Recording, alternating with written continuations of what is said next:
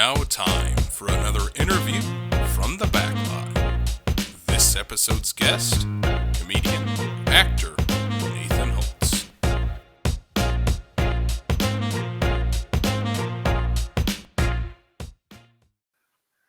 There we go. We're recording. Hey, look at that. Look at that. So Encanto is where this conversation is heading, boys. Yes, it was. So, as Casey is well aware of this here, over the course of Thanksgiving, I went to Encanto, I went to House of Gucci, and then I went to Resident Evil Welcome to Raccoon City. Of those three movies, one of them had a child that was less than a year old that couldn't speak, and it was not Encanto. Was it House of Gucci? It was Raccoon City, right? It was House of Gucci. Oh, Lady, about 4 or 5. I could tell you that the kid wasn't old enough to be able to talk, but was old enough to make enough noise and everything like that. And to at one point to try to keep the child busy, it was let's get the Elmo toy out, and I know it was Elmo because I could understand everything that Elmo was saying. And I said to Casey, it's like, if this would have been Encanto and you brought this child or whatever, I probably would have given you more lenience because it's a kids movie. Yeah. Not a rated R Ridley Scott crime drama with Lady Gaga killing people for 3 hours. Exactly. I made it for 45 minutes. And at that point, I was like, can you please turn down? I didn't tell her to turn it off or go away. I just told her, can you please turn it down?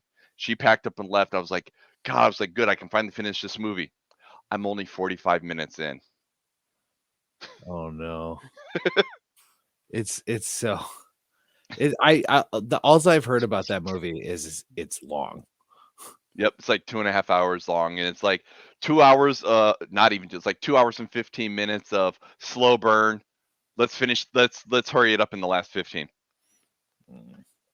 I'm excited to see it. Yeah, I was going to say I need to catch up on my Ridley Scotts from this year. Right. I haven't seen The Last Duel or House of Gucci yet. Oh wow! Did he produce or direct? No, he directed both. He directed both of them. Like 85-year-old Ridley Scott is just cranking these movies out.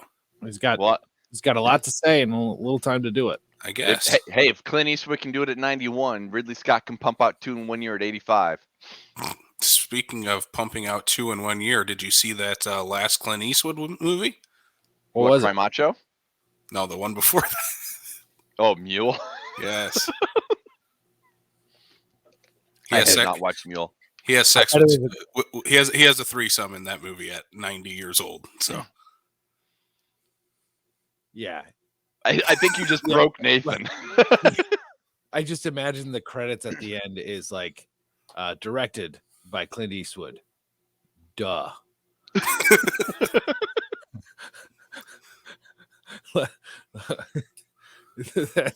That is okay. Mule, huh? All Mule. Right. Yeah. I'll avoid that one. I just watched $1 Million. I was like, isn't that a great sales pitch? Go watch Mule. Yes, 90-year-old Clint Eastwood has a threesome. You need to watch that movie. Hey, the boomers loved it, I'm sure. You only just now saw $1 Million Baby? So I have a story about $1 Million Baby. Do you remember Netflix? Have you ever heard of that? Where they actually used to send DVDs in the mail? Yes. So I got Netflix originally for Christmas one year, and I was like, everyone's talking about this $1 Million Baby. So I ordered that with like 5 other DVDs. So one night I had a projector with a PS3, okay, in my college apartment. And so I'm like, we're going to sit down, we're going to watch $1 Million Baby, and we're going to have a great time. It's going to be pitch dark. Everything was perfect. Everything was perfect. It was pitch dark in my room. I took $1 Million Baby out of the sleeve. First time I've ever touched it. Put it into my PS3. There was a crack in the disc, and it got up to speed and exploded. As somebody who's an Xbox person, I'm sorry about your PS3. Destroyed my only means of Blu-ray or of DVD, entertainment. Yeah. It was my entire entertainment console, just destroyed as a poor college student.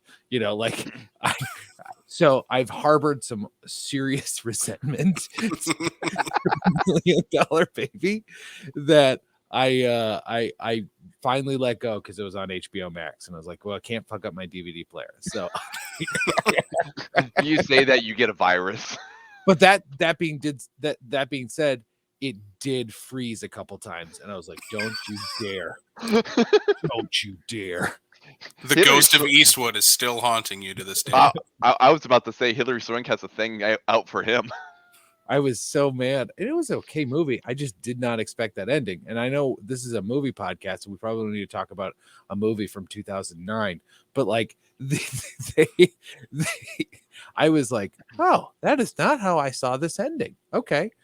I don't know if you remember it, but we said no spoilers. So I'll be honest, I've never seen $1 Million Baby, so It's not bad. It's not my favorite Clint Eastwood movie, but it's certainly a good Clint Eastwood movie. yeah. What's your favorite? You like mine? the racist one? I've never seen Gran Torino. Gran Torino? I liked it. I actually liked it a lot. And then I was like, actually, oh wait, this is problematic. When people told me, like, you're like, oh yeah, now I get it. No, actually, my favorite is got to be Space Cowboys. okay, I haven't seen that. Clint Eastwood, Donald Sutherland, James Gardner, Tommy Lee Jones. Did he direct? He directed. Okay. And it's about a bunch of ex-astronauts that basically are pulled out of retirement that have to go shoot a rocket up into space to take out an asteroid. It's like Red Armageddon. Yeah. Cool. and better than Armageddon. And better than Armageddon. You watch your mouth. You've got a sex-crazed Donald Sutherland with a ponytail. Okay. I'm in. And all you got in Armageddon was a sex-crazed Steven Tyler singing. So To his daughter. to his daughter, yeah. Don't miss a thing. Don't miss a thing. Armageddon sucks. We need to have Nathan on more often just for these wonderful casual chats. I can't. I do love it. I do. But here's the thing. There's not a lot of movies I hate anymore. I find that the older I get, I'm like, I'm a bad critic because it's like, I see what they're doing. That was fun. You know, like, yeah. I enjoyed movie time. You know, like, most of the time, people don't go out to make bad movies. And in the case of Armageddon, you know it's a Michael Bay movie. It's clearly a Michael Bay movie. And if you go into this movie going, shit is going to blow up, then you're going to get exactly what you paid for. My favorite part of that movie is when they're negotiating to save the world. Right? Well, wouldn't you?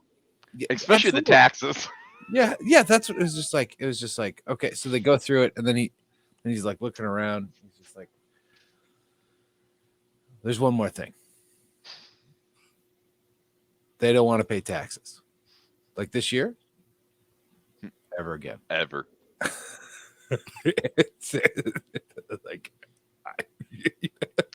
well, so, I mean, yeah. I guess myself personally, from an outside perspective, exactly, reasonable request. You just saved the world. Least thing you could do is worry about like the $100,000 worth of taxes that you would get out of these guys, maybe in the course of their lifetime.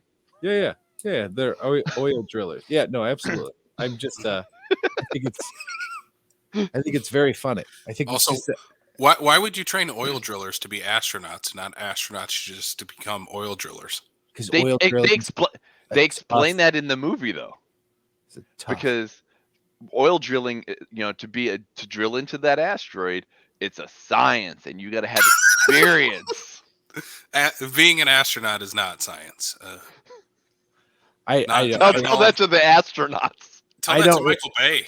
I don't remember the black holes of that movie, but I remember leaving thinking, why does everybody hate Ben Affleck? So that's I think that was my voice in 2000 whatever. It's like, why does everybody hate Ben Affleck? So that's my voice now in 2022. Why does everybody hate Ben Affleck? They're still doing it. He's good. He's good. Batman. He's good. Yeah. Yeah, we're all just gonna. 2022 is just gonna be the flashback of Bennifer. Just more of all. We're gonna get Geely 2 and everything.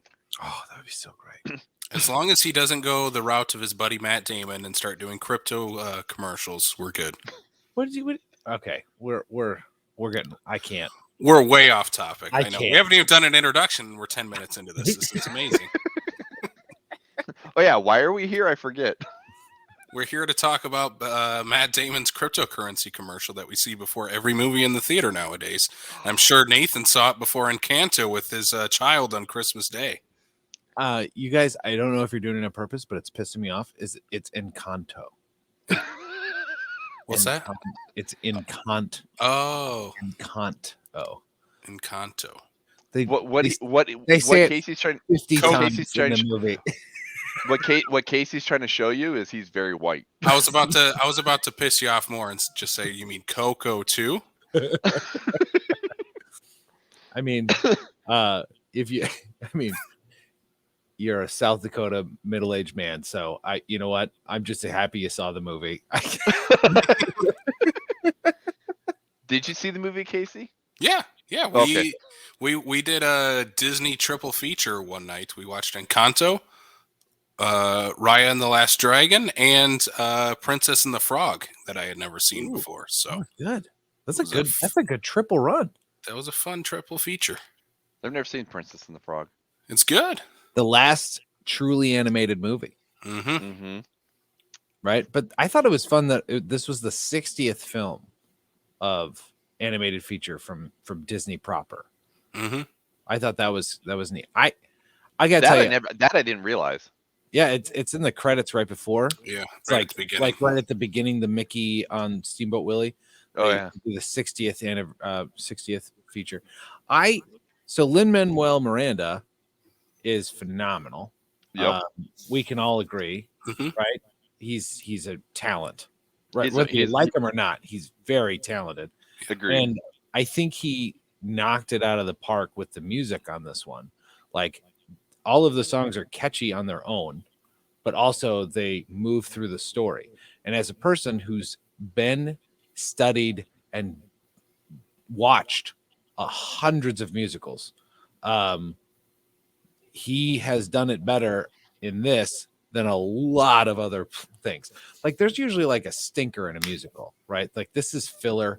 We have to move the plot forward. We're not sure how to do that because we're bad at writing. And so, like, they'll throw the song in there just to move it on to the next thing. Or I wrote this amazing song. I'm going to shoehorn it here. You know what I mean? Like, I didn't feel a lot of those songs existed in this. And I could be still, there's only about 4 I listened to again, but go ahead. I would say from my experience, I would completely agree with you. And from what I remember reading online and whatnot, you're in the majority of that response. A lot of the way that the movie was structured and the songs were structured.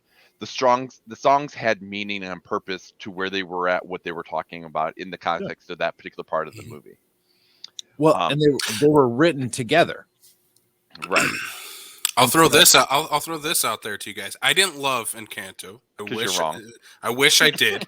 I that's just me though. I know it's 100% just me though, because I've seen everybody else love it online, and you guys loved it. It was just me. But if you want a great Lin-Manuel Miranda musical, Tick Tick Boom this year is incredible. You beat me to the punch. I was gonna say. Just added it to the queue.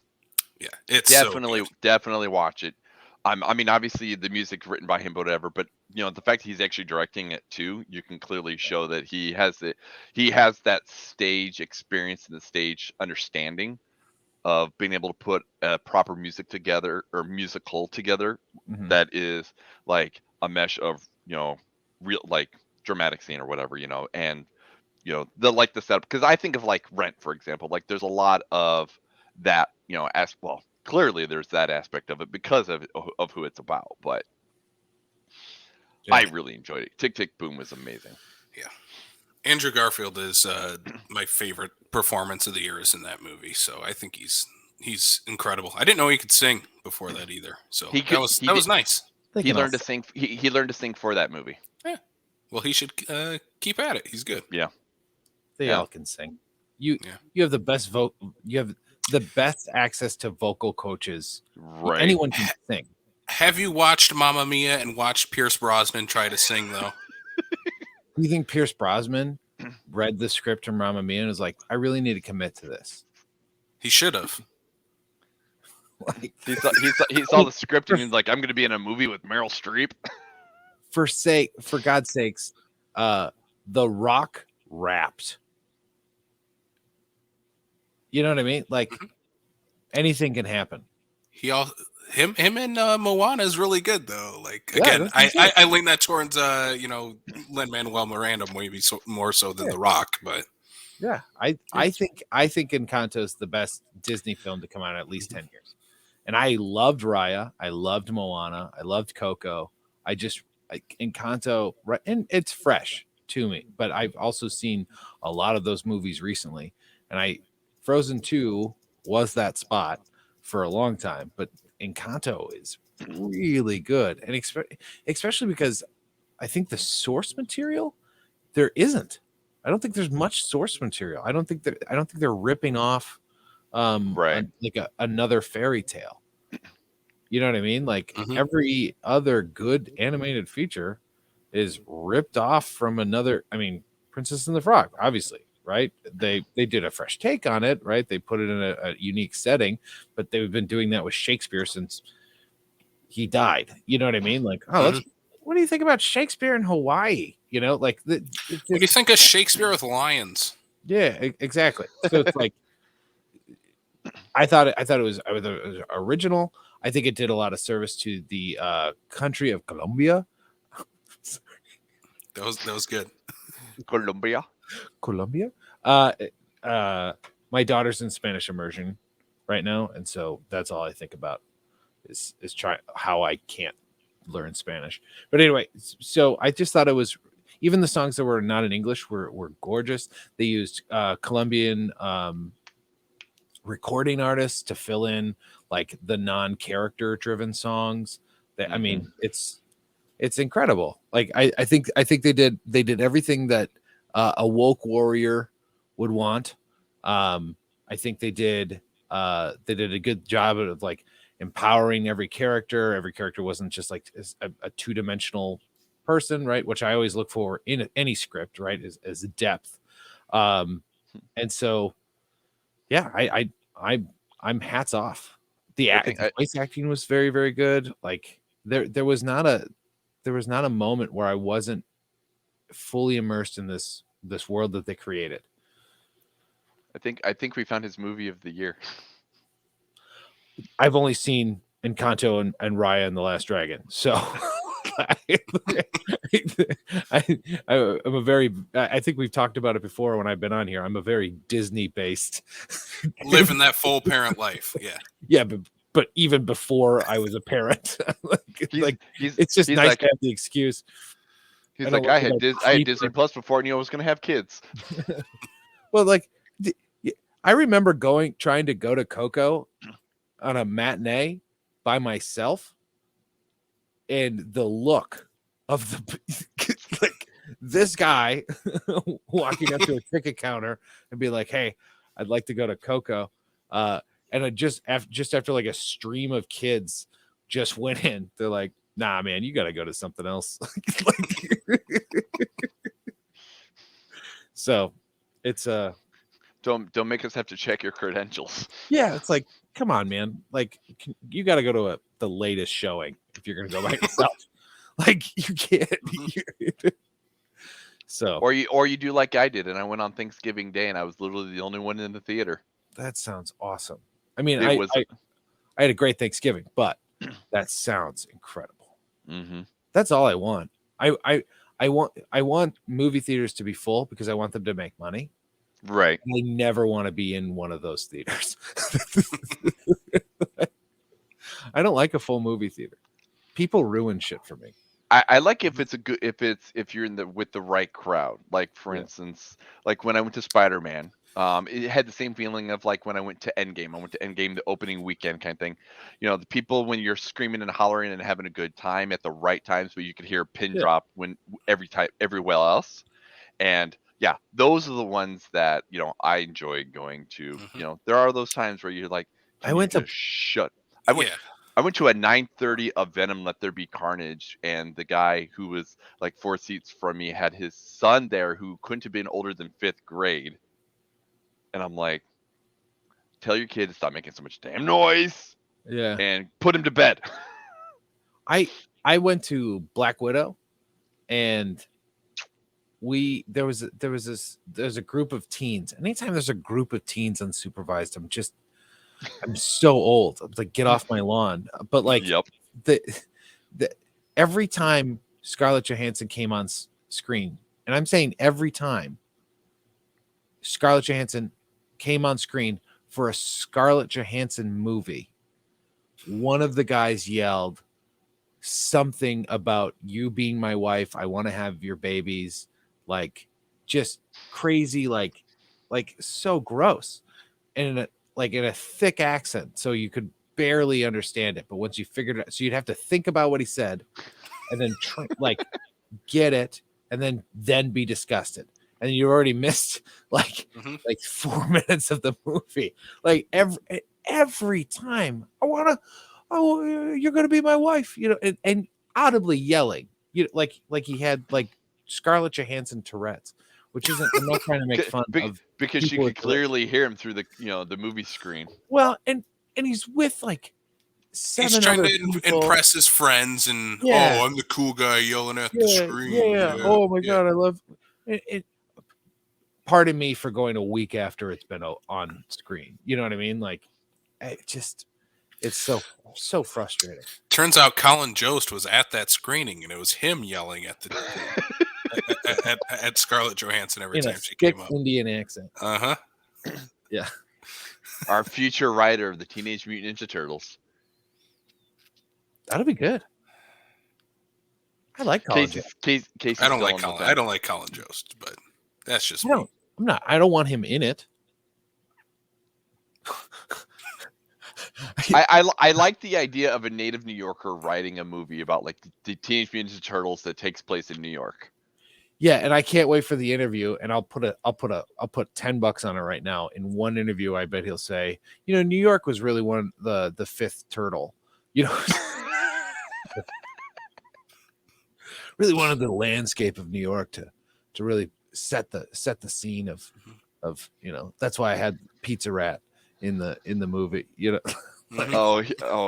hoping his brother doesn't let him do that. And then it's like, yeah, but we had to film everything in Georgia, so like the skyscrapers had to be digitally imposed into Some Atlanta. people call the entire state of Georgia the New York of the South. So yeah, that's true. I was just there. Yeah, they did call that. They call it that there. Well, they call it the Big Peach. So I love GA.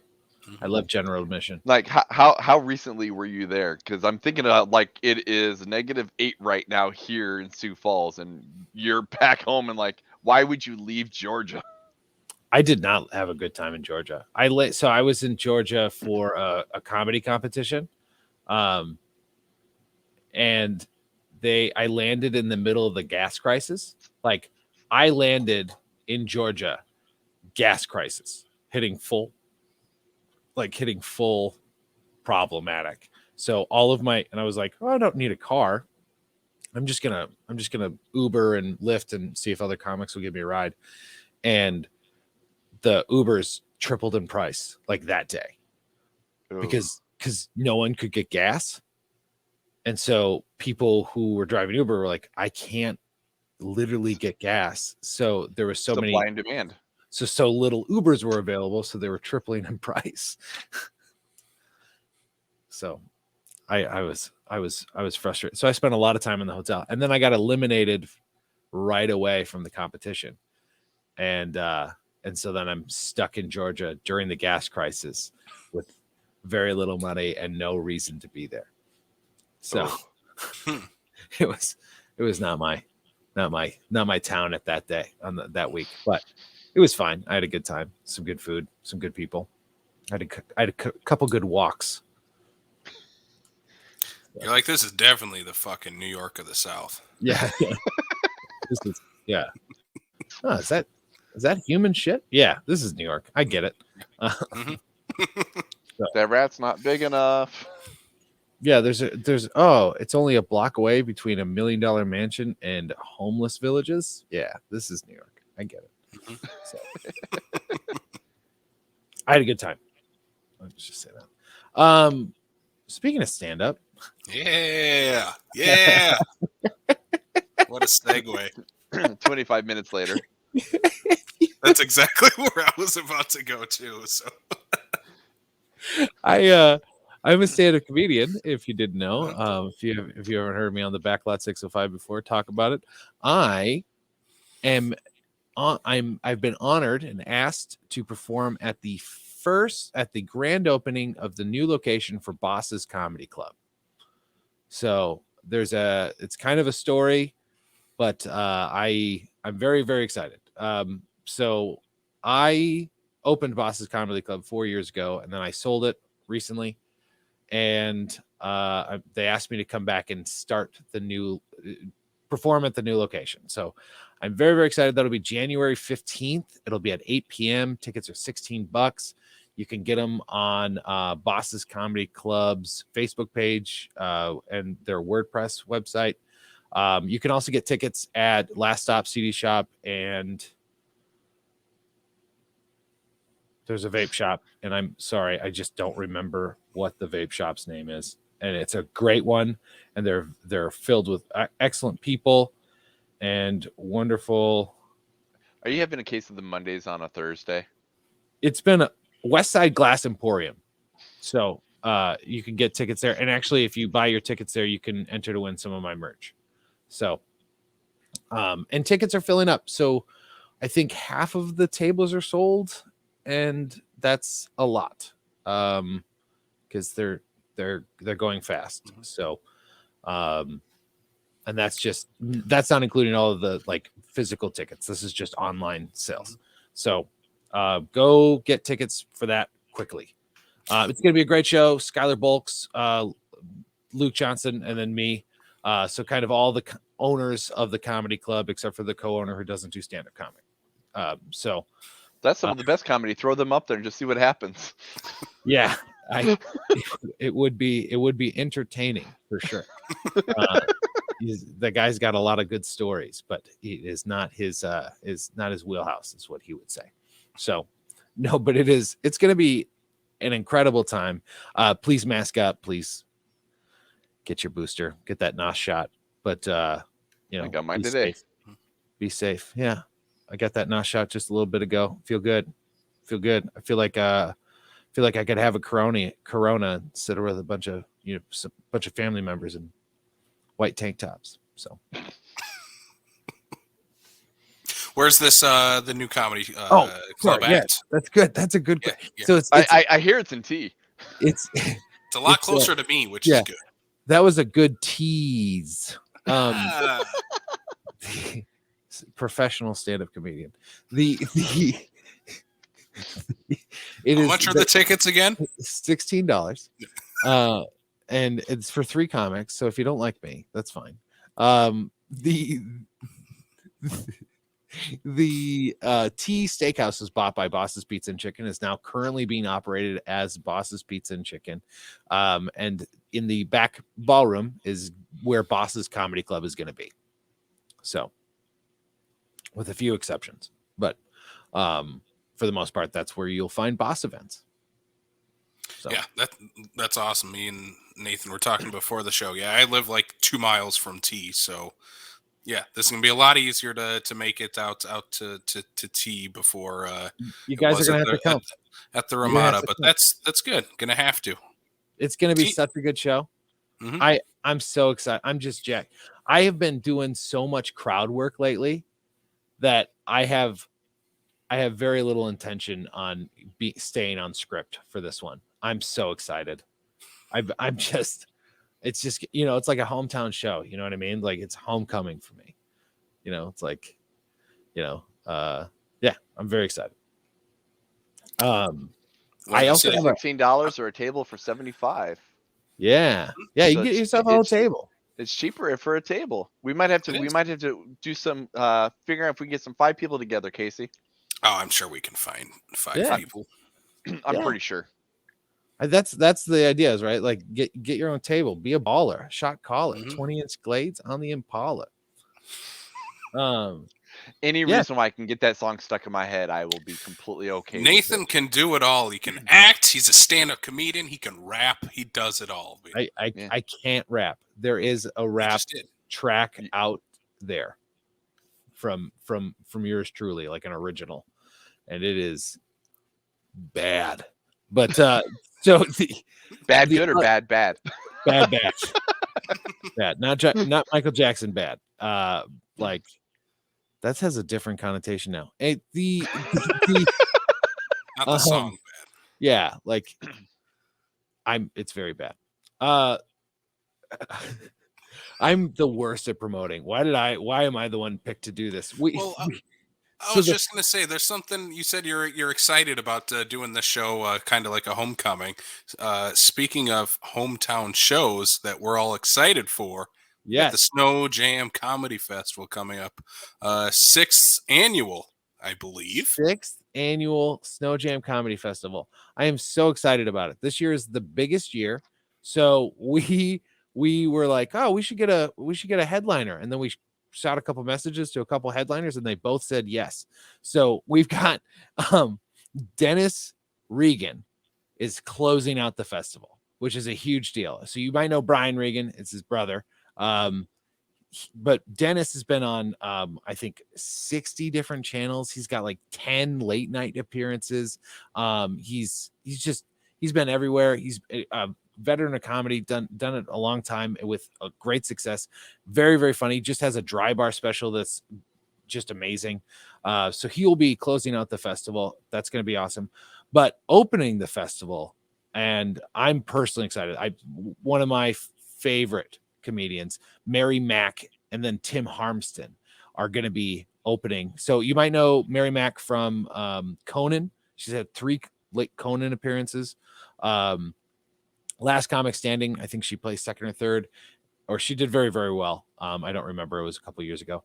And then she is one of the voice. She's the voice of the small girl alien in Solar Opposites, the Hulu show, right, from Jason Rowland. So, and then Tim Harmston, her husband, who has a dry bar. It's been on Comedy Central. Phenomenal. Like the level of talent is great. So if that wasn't good enough, if that wasn't worth the price of admission for the Sno Jam Comedy Festival, we're also bringing in 30 comics from all over the country, right? Just 30 comics that you probably never heard of, but you might, right? Like people that have been on our festival have gone on to write for late nights, been on television, like just great comics coming through. This talent's phenomenal. And then on top of that, every dollar we make on top of the cost of the festival goes to the the Special Olympics of South Dakota, right? So it's a complete fundraiser. So we're raising money for the Special Olympics of South Dakota. No one gets paid as far as like management and people that run the show. So all the comics are donating their time. So yeah, just come out. That's going to be so much fun. And where are these going to be at? You have a couple locations, right? You're so good at this. You are so much better at promo than me. I know. I was looking it up. He beat me to it. They're going to be at Remedy Brewing downtown at 8th and Railroad. And then they are going to be at the Bosses at Ramada location, right? So the Ramada on Russell is where half of the events will also be held, right? So there's a schedule online if you go to snojamcomedyfestival.com, which it's snow without the W, right? It is. And you can get tickets there. You can check out the schedule. You can donate. If you can't make it this year but want to donate to the cause, we really appreciate that. We're gonna have shirts this year. We're gonna have some other goodie stuff. We have stickers. It's gonna be super fun. We do encourage that people mask up, be vaxxed, all that kind of stuff. We want to stay safe. People are coming from everywhere, so we just want to keep it a safe event. So completely. I need water. I was It going was to a lot say, better. cool stuff coming here into Sioux Falls and T area for. Yeah. I mean, the connection is there for us movie fans as well because there's some big names, and then yourself, who is he's you're a local movie star. I mean, Mhm. crushing it in Stop Black it. Eyed Girl. Come Stop on. it. Yeah, Oh, right. look, you're very kind. I You're like very to kind. think we maybe added a little something to that performance You with did great. our You did credited Hey, cameos in the movie. it was our charisma that helped Yeah. elevate Nathan's performance. Do you know what? I don't know if I've told. Did we talk about that last time I was on here? I don't think so. I did. Is that so? I got the script from Dominic, the director of that movie, and he's like, "Hey, I have this idea for you for a part. I was wondering if you. I know you don't like horror, but would you be interested?" I was like, "Yeah, man, I'm happy to work with you because you're the best. I would love to do that." And so he sends me the script, and I like it. Bad actor, just never read it. Like, so I committed to the thing without reading it, and then so it was like a week and a half before shooting. I was like, I should probably start learning my lines, right? And before I even read it, I was like, what character do you want me to be? Like, before he's like, you haven't read it? I was like, no. Well, I think you're gonna figure it out because there's only one male role. And so I read it and I was like, oh, okay, this is cool. And immediately after reading it, I read it in bed before going to sleep, and I didn't sleep. It was terrifying. I don't do this kind of genre. So I was terrified. I was like, well, thanks. I can't sleep now. Then it was the last day of shooting, and it's like 6 a.m. and we just wrapped up the Harper who killed it, the black-eyed girl, and I had more to shoot, and then I realized it dawned on me. I was like, "Am I the lead? I'm the lead." like 4 days of shooting, and it dawns on me that I was the lead actor. So it was a lot of fun. It was a lot of fun. Is what I'm trying to say. Yeah, it's an incredible short film. Go check it out. Still, Dom's Yeah. been sharing it like crazy. He's the best, and Nathan is incredible in it. So, yeah. What do I you guess guys up to? Have you got anything us? going on? Yeah, No, you got a new no. job. I got a new job. Brian's got a new chair last year. We're living the dream. Yeah, something like that. You got Happy Gilmore in the corner like you just watched it. That's perfect. Mm-hmm. Yeah. He's always got something in that corner over there just to see if anybody notices. I haven't swapped it out in a while. I'm probably halfway through Happy Gilmore for some reason in my VHS player here. Sure. Yeah. Oh, that's all VHSs. Yeah. Oh. Because he's the youngest one in this conversation. He's the one with the biggest VHS collection. Like he came from that era. Yeah. I think. Well, how many VHS do you own? Me? No, him. No, Oh. Nathan.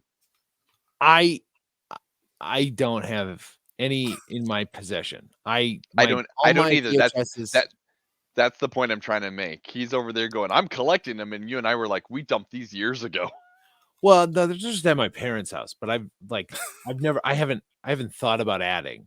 You know what I mean? Like, I'm not actively, but I added 2 more to the collection today, so I don't know. I'm a big fan of physical media, but I was never really a fan of the VHS. Like, it's just the grain and the auto tracking and it's just. I'll be honest. Back in the day, that's all we had, though, Nathan. That's all we had. Yeah. Absolutely. That's all Well, we had. I was fortunate enough to have a laser disc experience. No, yeah, I wasn't that cool. I was just impressed when we got letterboxed VHS tapes, and it pissed off my mom because she's like, it's black bars on the top and the bottom. Yeah, because now you can see actually everything in the frame. Yeah. I was a full screen guy for a while though, like for a long time, until I saw the error of my ways. Yeah, I even remember the very first VHS tape that I had that was letterboxed, and man, it pissed her off. Liar. Ooh, It's a big Actually deal. have that one. And she's like, I really want to watch it, but I couldn't finish it because these black bars were annoying me. It's the same with subtitles. Do you guys watch with subtitles or no? I watch every movie. Casey watches everything with subtitles because he can't hear because he doesn't turn up the volume. Apparently I'm an old person and can't hear even if the volume's turned all the way up. And Brian, you're not a subtitle guy? Only if they're needed. So like for instance, I'm not going to watch Parasite without subtitles. Okay. I want subtitles every time. Every time. Mm-hmm. Because there's too much going on in my life. Like even if like I don't know. It's just what did he say? Like the voice acting is so good, I can't sometimes understand him. So it's like now make sure to turn on the captions when you watch Tenet because you'll need them there. Is it good? Should I watch it? No, I was just gonna say don't watch Tenet. Period. So it's all right. It's definitely not this masterpiece that Nolan wanted to make it out to be, but it's not a horrible movie. It's got a lot of ambition. It's an ambitious movie. The way I consume movies has drastically changed. And like now I basically watch movies on my lunch break in 20-minute intervals. In right? pieces. So Yep. I get my lunch ready. I'll start the movie. I'll come the next day. And I hate that. That's not my preferred way, but I'm so far behind. I have no other recourse. You know what I mean? Like it's just, I can't, my daughter fights me to go to bed until an hour from now. And then I have to be up at 6 a.m. anyway, because that's when she's up. So it's just like there's no time for movies. But when I get a day off or a sick day, I am fully loading up. Like I've got a queue ready. I just watched Judas and the Black Messiah. That was amazing. Mm-hmm. Mm-hmm. That Agreed. was so good. Did you guys? I mean, yeah, I watched that back in February when they did the first dual release for it. What was the other release? Well, no. So all the Warner Brothers movies were on HBO Max and in the theater. Yeah. That was so mm-hmm. good. I was going to say it feels like a lifetime ago that movie came out, but yeah, that movie's incredible. Yeah, still one of the best movies of the year. Definitely a better performance out of Daniel Kaluuya than he did in Black Panther. Who is he in Blank? In Black Panther? My brain is mush. I had he was like T'Challa's like second hand or whatever that kind of turns on him. Sure. Yeah. I thought he was a good Black Panther too. But yeah, no, he had a masterful. He was electrifying on and yeah, I thought it what anyway, I'm sure we've already talked about it on the podcast, so I just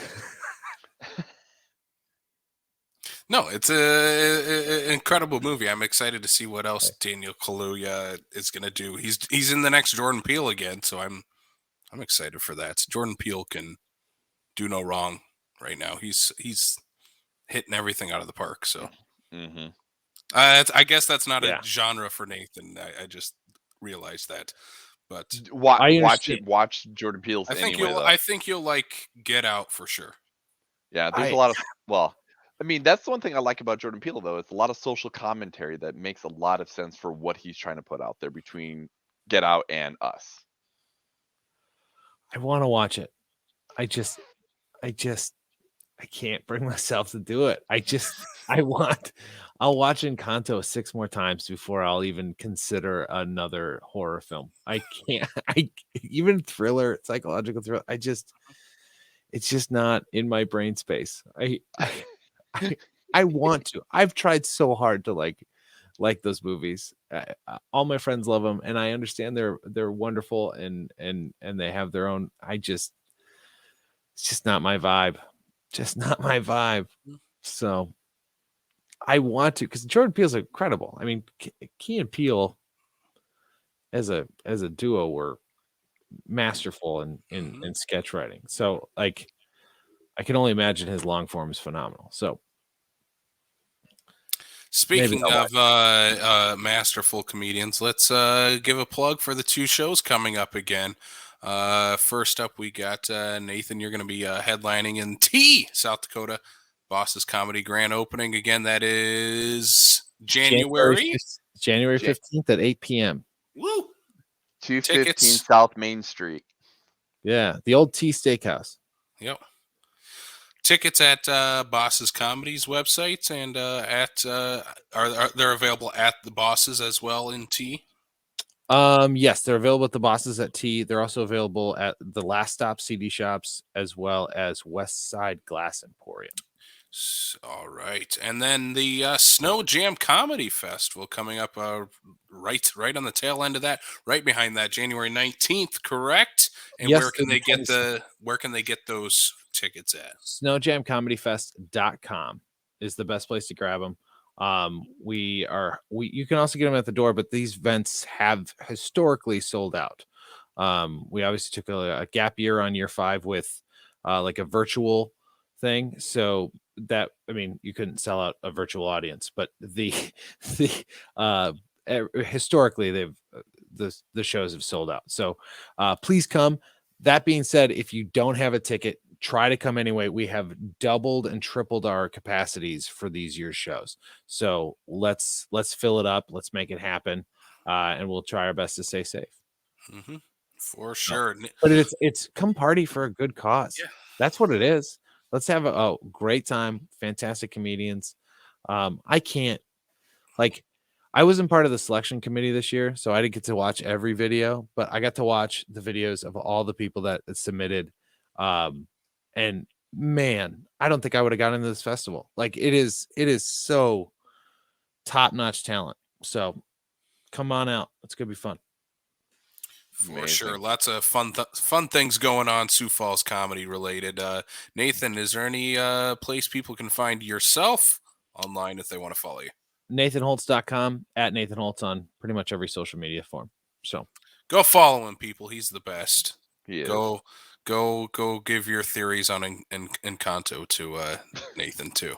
And he'll tell you that you're wrong. If Nike or Adidas is watching, I'll switch brands anytime you want me to. Whatever, just get me shoes. Yeah. I've also Michael Jordan watches this though, so the Town Crier podcast is my podcast with John Michaels. We talk about what made us cry every week. We are on a bit of a hiatus because John doesn't have internet, and that's making me cry. So, but we will be back as soon as internet resumes. Hey, you got a little tease of the Town Crier right here. You heard what's making Nathan cry. So every song in Encanto, I'm telling you, like that just like I get a bar into one of those songs, and like I feel that Pressure song. Sorry, I know we're trying to wrap up. Maybe that's why you're on a hiatus, because he's like, my internet is out. I just can't listen to Nathan talk about Encanto for the 19th time. We haven't talked about it yet. So. I'm waiting. I'm gonna pounce on him with it. He's gonna talk about RuPaul's Drag Race or something, and I'm gonna be like, "This is bullshit. You need to watch Encanto." He's like, "All right, I'll watch Encanto. You watch RuPaul's Drag Race." And I would. Just I think that's how we got to end the show. Go watch Encanto. I thought you were gonna be like, go watch RuPaul. Yeah. Watch both. Why the hell? Thank you guys so much for delaying and letting me be on here and let me promote this. You guys are awesome. You're the best. Absolutely. You're likewise. We can't wait to hopefully be talking in person very soon. So that'll be nice. January 15th when you come to my show. Mm-hmm. And it's Sno Jam. Right? For sure. All right, Nate. Thank you so much. Peace out, boys.